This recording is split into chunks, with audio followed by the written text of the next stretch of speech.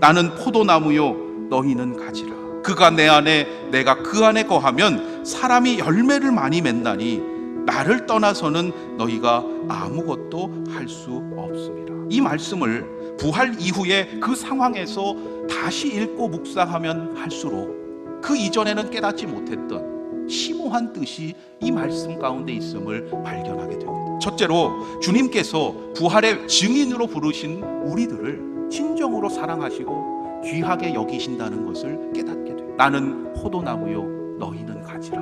포도나무에서 가장 귀한 부분이 어디입니까? 포도나무가 가치가 있는 이유는 열매를 맺는 가지 때문이에요. 만일 포도나무가 그 가지에 열매를 맺지 못한다면 그 어디에도 쓸모가 없는 나무가 포도나무입니다. 포도나무의 진가는 그 가지에 얼마나 풍성한 열매를 맺느냐, 바로 여기에 달려있는 거예요. 그런데 그 가지가 바로 저와 여러분이라고 말씀하고 있습니다. 오늘의 말씀 단락이 시작되는 1절에 보면 그 포도나무를 키우시는 분, 그 농부가 바로 하나님 아버지시라고 그랬어요. 포도나무의 진가를 결정하는 그 가지가 바로 저와 여러분이라는 사실. 둘째로 부활의 증인들로서 우리가 감당해야 할 사명은 열매를 그래서 많이 맺는 거예요. 오늘의 성경 8절에서 예수님은 제자들에게 분명히 선언하셨습니다. 너희가 열매를 많이 맺으면 내 아버지께서 영광을 받으실 것이요 너희는 내 제자가 되리라.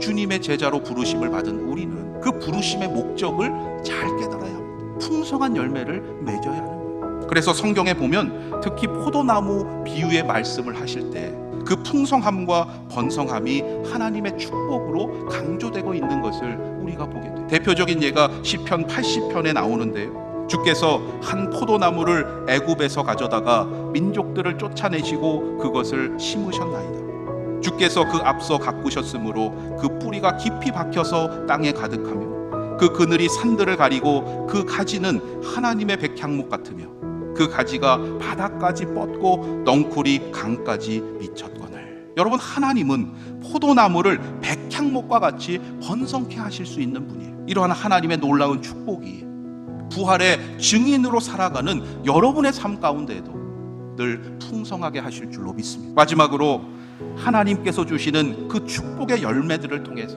진정 하나님께 영광을 돌리기 위해서 우리가 잊지 말아야 할 것이 있어요. 끝까지 주님 안에 거해야 한다는, 우리의 삶이 하나님의 은혜로 번성하게 되고 풍성한 열매를 맺게 되면 하나님께 감사하고 더욱 주님의 일에 충성을 다해야 마땅하죠. 그러나 때로 그렇지 못한 경우가 있어요. 풍성한 열매를 나의 자랑으로 나의 능력으로 여기기 때문에 하나님께서 주시는 풍성한 열매가 진정 우리 인생의 축복이 되려면 끝까지 주님 안에 거해야 합니다. 주님 안에 거한다는 것은 나를 위해 달리신 주님의 그 십자가를 잊지 않는다는 거예요. 언제나 십자가 그 사랑을 잊지 않고 주님께서 명하신 그 말씀을 지키는 거예요. 그것이 바로 주님 안에 거하는 것이고 그것이 바로 부활의 증인된 사명을 온전히 감당하는 길입니다. 주님을 떠나서는 저는 아무것도 할 수 없습니다. 겸손히 이렇게 고백하는 자에게 하나님은 오늘도 풍성한 열매를 주셔서